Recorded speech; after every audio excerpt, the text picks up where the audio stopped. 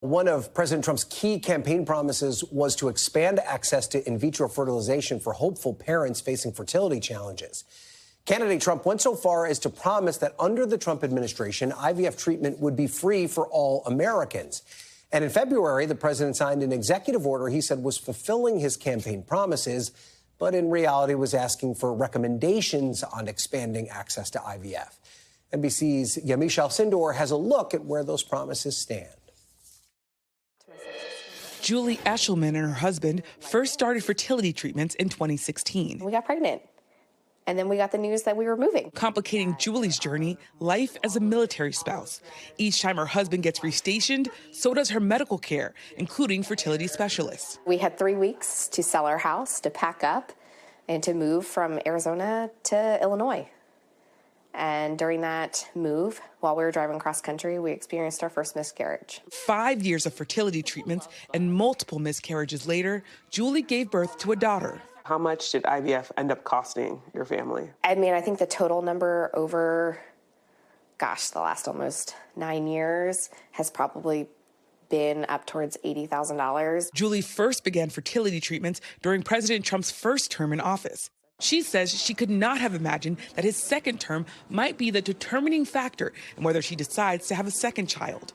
All because of this campaign promise. Under the Trump administration, we are going to be paying for that treatment. And it was definitely something that was hopeful. Hearing presidential candidates talking about IVF, those things weren't happening 5 years ago or 10 years ago. Now she's watching closely to see what comes from President Trump's executive order on IVF, which requested policy recommendations on lowering costs and reducing barriers within 90 days. That 90-day deadline ending this week. I'll be known as the fertilization president. Despite calling for more babies, President Trump gutted the CDC branch responsible for reproductive health.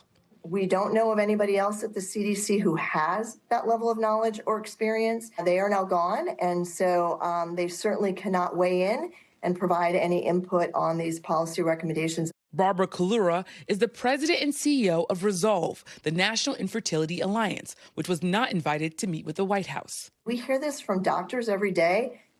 Oftentimes, they can't deliver the care that that patient needs because of financial concerns. A spokesperson for the White House said in a statement, expanding IVF access for everyday Americans is a key priority for President Trump, adding the administration is in close coordination with outside stakeholder groups across the political spectrum to come up with a plan for IVF.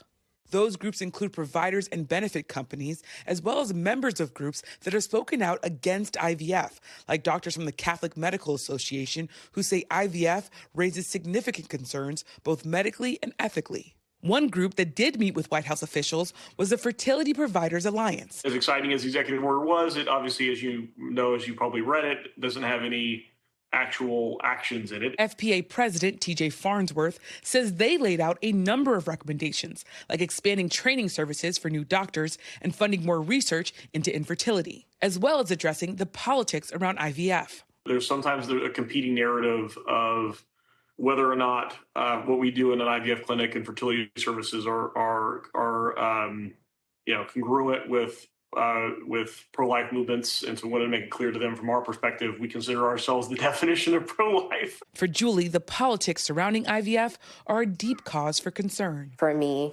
actions speak louder than words, and the actions that have been taken so far don't really change the status quo. The White House tells NBC News that after 90 days, the Domestic Policy Council has completed its recommendations and the president is reviewing them. Our thanks to Yamiche Alcindor for that report. Thanks for watching. Stay updated about breaking news and top stories on the NBC News app or follow us on social media.